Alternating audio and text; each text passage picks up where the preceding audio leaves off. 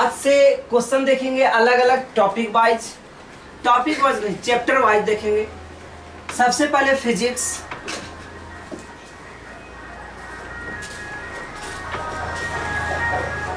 प्रत्येक दिन एक एक लेक्चर डाला जाएगा, ठीक है। MWF यानी सबसे पहले मंडे को फिजिक्स, फिर chemistry, biology, history, geography, polity और इकोनॉमी। यानी कि ये सोमवार, मंगलवार, बुधवार, बृहस्पतिवार, शुक्रवार, शनिवार और ये रविवार। ये सात गो सब्जेक्ट, सातों दिन 10-10 क्वेश्चन में डालूंगा, ठीक है ना। चलिए तो पहला क्वेश्चन फिजिक्स का करते हैं। आज सोमवार है यानी फिजिक्स। कहता है कि अवतल दर्पण के सामने, सबसे पहले फिगर में एक बना लीजिए अवतल दर्पण। बाहर से इसको पेंट कर दिया जाए तो यह एक अवतल दर्पण होगा, ठीक है ना। ये होता है प्रिंसिपल एक्सिस, प्रधान अक्ष। यहाँ पे ये पोल है और यहाँ इसका फोकस है और ये सेंटर है, ठीक है ना।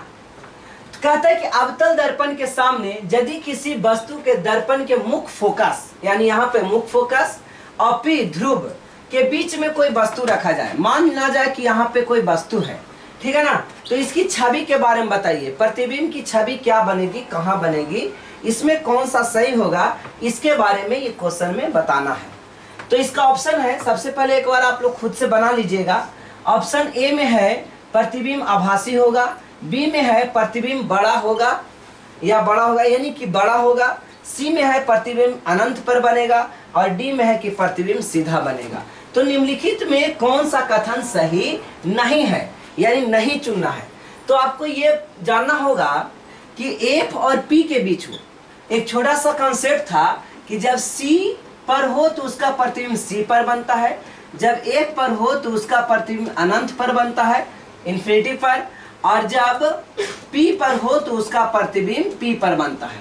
और जब P आता है तो यह काल्पनिक होता है, और जो काल्पनिक होगा वो सीधा होगा, और वो जो काल्पनिक होगा वो सीधा होगा, ये जरूरी है। और ये वस्तु दर्पण के पीछे बनेगा, ये दर्पण के पीछे बनेगा, ठीक है ना। एक स्थिति में बराबर होगा और बाकी स्थिति में हमेशा बड़ा बनेगा, ठीक है। जब P आ जाता तो इसमें P आ गया, यानी F का आंसर अनंत और P का आंसर P, यानी अनंत और P के बीच में बनेगा दर्पण के पीछे। यह हो गया दर्पण के सामने और इस तरफ हो गया दर्पण के पीछे। अब तो इसमें क्या है, प्रतिबिंब आभासी होगा, तो देखिए यहाँ काल्पनिक या आभासी, P आ गया तो काल्पनिक या आभासी गारंटी होगा, तो ए ऑप्शन सही है। फिर कहता है प्रतिबिंब बड़ा होगा, तो ये भी कहता है कि बड़ा होगा, यानी ये भी सही है। प्रतिबिंब अनंत पर बनेगा तो ये गलत है, जब फोकस होता, सिर्फ फोकस होता तो अनंत पर बनता, ठीक है ना। तो इस प्रकार ये ऑप्शन गलत है, लेकिन इसके मुताबिक ही ये सही है और बाकी ये सब क्या है, गलत है। प्रतिबिंब सीधा होगा, तो यहाँ पे देखिए जब P आ जाएगा तो सीधा होगा, तो इस प्रकार से इसका ऑप्शन सी सही हुआ। नेक्स्ट क्वेश्चन है, ताप दीप्त बल्ब विद्युत बल्ब में बल्ब का फिलामेंट किस धातु का बना होता है। तो इसका राइट आंसर आप लोग सारे बच्चे जानते होंगे, है ना। एक बार वीडियो को पॉज करके और इसका राइट पर टिक लगा लीजिए, ऑप्शन लिख लीजिए, तो इसका आंसर हो गया टंगस्टन। लेकिन देखिए टंगस्टन क्या है, टंगस्टन का सिंबल होता है W। इसका लैटिन नेम वोल्फ्राम कहते हैं, टंगस्टन का लैटिन नेम में क्या कहा जाता है, वोल्फ्राम कहते हैं। इसका एटॉमिक नंबर, परमाणु संख्या 74 होता है, और इसके पास आइसोटोप यानी समस्थानिक, इसका जो समस्थानिक है यानी आइसोटोप की संख्या 5 होती है। इसकी आइसोटोप की संख्या कितनी होती है, 5। जिस प्रकार से हाइड्रोजन की आइसोटोप की संख्या 3 होती है, प्रोटियम, ड्यूटेरियम और ट्राइटियम, तो इसके समस्थानिकों की संख्या 5 है। और ये समस्थानिक 5 कौन कौन है, 180, 182, 183, 184 और 186, ठीक है ना। यहाँ पे 80 के बाद 81 नहीं है और यहाँ 84 के बाद 85 नहीं है, तो ये 5 इसका समस्थानिक है। समस्थानिक किसे कहते हैं, जिसका द्रव्यमान संख्या अलग अलग हो और परमाणु संख्या सेम हो उसे समस्थानिक कहते हैं। ठीक है ना। अब इसका सबसे जितने भी तत्व हैं सबसे कम वेपर प्रेशर वाष्प प्रेशर सबसे कम है, वाष्प दाब सबसे कम होता है। ये जान जाइए सभी तत्वों में सबसे कम वाष्प दाब किसका होता है, तो टंगस्टन का होता है, वोल्फ्राम का होता है। इस वजह से ये थोड़ा सा भी वेपराइज्ड नहीं होता है और बल्ब में ये ज्यादा देर तक टिकता है। इसके अलावा इसका जो मेल्टिंग पॉइंट है, गलन की बिंदु, ये गलती बहुत कम है। इसका कम से कम गलने का जो पॉइंट दिया हुआ है ये 3422 डिग्री सेल्सियस पर ही गलेगा। जबकि इसके इस लोहा को ले लो, आयरन का मेल्टिंग पॉइंट की अगर हम चर्चा करें तो आयरन का मेल्टिंग पॉइंट होता है 1538 डिग्री सेल्सियस, 1538 डिग्री सेल्सियस। किसका, आयरन का। तो आयरन जल्दी पिघलाया जा सकता है लेकिन टंगस्टन को जल्दी पिघलाया नहीं जा सकता है। इसके चलते विद्युत के बल्ब में फिलामेंट जो होती है, अब ये फिलामेंट क्या है, तो देखिए इस प्रकार से बल्ब बने होते हैं। यहाँ पे ऐसे ऐसे रोल करते हुए देखे होंगे, ठीक है ना। और यही बल्ब होता है, ये जो रोल करते हुए देखे ना, ये यही बल्ब है। क्या है, ये फिलामेंट है। ये जो फिलामेंट है यही टंगस्टन का बना होता है। तो इस प्रकार से ये क्लियर हो गया। नेक्स्ट क्वेश्चन देखिए। क्वेश्चन है आवृत्ति। आवृत्ति को इंग्लिश में फ्रीक्वेंसी कहा जाता है।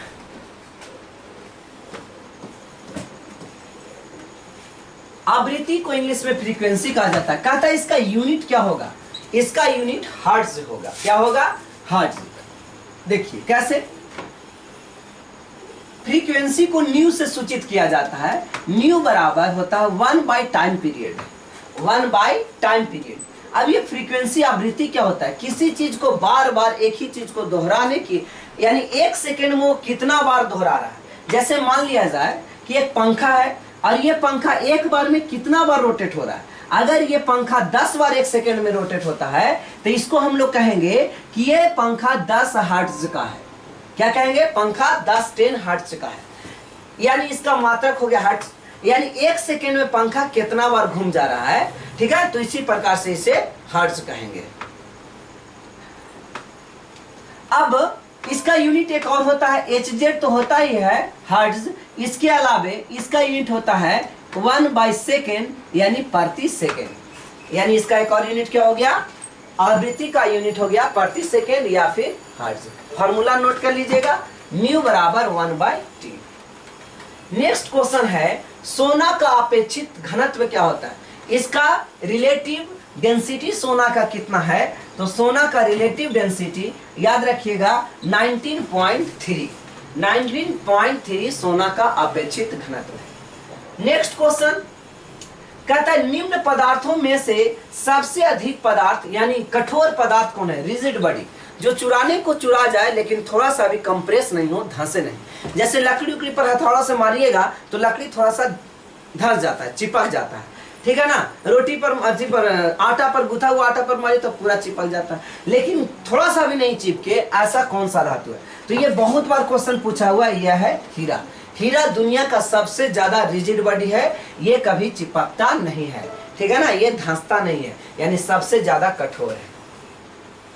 समुद्री गहराई को किसमें मापा जाता है, क्वेश्चन है समुद्री गहराई को किसमें मापा जाता है। ऑप्शंस है नॉटिकल मील्स, किलोमीटर में, मीटर में या फिर फैदम में। किलोमीटर, मीटर या फिर फैदम की नॉटिकल मील्स। तो समुद्री गहराई को फैदम में मापा जाता है। किसमें मापा जाता है, फैदम में। लेकिन समुद्री दूरी को किसमें मापा जाता है, तो ये हो गया नॉटिकल मील्स में। अब ये 1 नॉटिकल माइल्स बराबर, 1 नॉटिकल माइल्स बराबर होता है 1.85 किलोमीटर। ये नोट कर लीजिएगा, बहुत बार एग्जाम में क्वेश्चन पूछा हुआ है कि समुद्री गहराई, समुद्री दूरी को नॉटिकल मील्स में मापते हैं और ये नॉटिकल, 1 नॉटिकल मील्स बराबर होता है 1.85 किलोमीटर, ठीक है। तो इस प्रकार नेक्स्ट क्वेश्चन देखा जाए। नेक्स्ट क्वेश्चन है आवेश का एसआई मात्रक क्या होता है। तो ये अधिकतर बच्चों को याद ही होगा कि आवेश का एसआई मात्रक कूलम होता है। क्या होता है? कूलम होता है। अगर इसका एसआई मात्रक एक और अगर जानना है तो आप लोग नोट कीजिए, Q बराबर फॉर्मूला होता है Q बराबर IT, Q बराबर IT। एम्पियर सेकेंड इसको बोला जाता है, एम्पियर सेकेंड को ही कूलम कहते हैं। एम्पियर सेकेंड को क्या कहेंगे? कूलम। अगर एक यूनिट और देखना है तो Q बराबर W बराबर एक फॉर्मूला होता है VQ, W बराबर VQ। यहाँ से अगर Q निकाल देंगे तो फार्मूला आ जाएगा W बाई V, यानी जूल प्रति वोल्ट, जूल प्रति वोल्ट। एक और यूनिट हो जाएगा आवेश का मात्रक जूल प्रति वोल्ट, लेकिन आपको यहाँ पे दिया हुआ है कूलम। ठीक है, तो इस प्रकार इसका राइट आंसर क्या हो गया? कूलम। नेक्स्ट क्वेश्चन देखिए, कहता है चंद्रमा पर किसी वस्तु का भार पृथ्वी के भार से कितना गुना होता है। तो कोई वस्तु अगर चंद्रमा पर 60 न्यूटन या 6 न्यूटन का है, 6 न्यूटन का अगर कोई वस्तु है पृथ्वी पर, W बराबर फार्मूला होता है mg, W बराबर फार्मूला क्या होता है? mg। अगर किसी वस्तु का द्रव्यमान या आदमी का द्रव्यमान 60 किलो है तो बताइए उसका भार कितना होगा? तो 60 गुने 10 यानी कि लगभग 600 न्यूटन। ठीक है ना। तो अब चंद्रमा पर इसका भार पूछेगा, इसका भार, किसी वस्तु का पृथ्वी पर भार है 600 न्यूटन, तो चंद्रमा पर इसका भार कितना होगा? तो 6 से भाग दे दीजिएगा तो आ जाएगा 100 न्यूटन। चंद्रमा पर घट करके उसका भार कितना हो गया? 6 न्यूटन। यानी कह सकते हैं कि इसका 1/6 गुना है। पृथ्वी का चंद्रमा का भार का कितना गुना है? 1/6 गुना। अब लेकिन द्रव्यमान पूछ दे तो द्रव्यमान परिवर्तन नहीं होता है। अगर किसी वस्तु का द्रव्यमान पृथ्वी पर 100 किलो है तो चंद्रमा पर उसका द्रव्यमान कितना होगा? तो वहां भी होगा 100 किलो। ये कंफ्यूजन करने वाला ये क्वेश्चन आ जाता है। ध्यान देना है कि भार के बारे में पूछ रहा है कि द्रव्यमान के बारे में पूछ रहा है। ये भार है सदिश राशि और द्रव्यमान है अदिश राशि, यानी वेक्टर क्वांटिटी, और ये है स्केलर क्वांटिटी। नेक्स्ट क्वेश्चन देखते हैं। नेक्स्ट क्वेश्चन है, एक अवतल दर्पण पर वक्ता केंद्र से जाने वाली किरण, आपतन कोण उसका क्या होता है? तो देखिए आपतन कोण क्या होता है। मान लिया जाए कि एक वस्तु C पर है, तो किरण अगर यहाँ से ऐसे जा रही है तो ये ऐसे ही लौट जाएगी, तो 0 डिग्री होगा। इसका आपतन कोण कितना डिग्री होगा? 0 डिग्री, 0 डिग्री होगा। तो इसका राइट आंसर क्या आ जाएगा? 0 डिग्री। ठीक है, वीडियो को पॉज करके पहले सब क्वेश्चन खुद में अटेम्प्ट ले लेना है और उसके बाद फिर वीडियो को आगे बढ़ाना है। कहता है चुंबक किन वस्तुओं को आकर्षित करता है? अपनी ओर खींचता है तो मैग्नीशियम को बहुत कम फेवरेबली अटैच करता है, सोना को ना के बराबर और लोहा को सबसे ज्यादा। इस प्रकार इसका राइट आंसर क्या हो जाएगा? लोहा। चुंबक किस वस्तु को अपने की ओर आकर्षित करता है? तो इसका राइट आंसर लोहा। इस प्रकार आज 10 के 10 क्वेश्चन कंप्लीट कर लिया गया और कमेंट बॉक्स में लिखिए कि आपका कितना क्वेश्चन सही हुआ।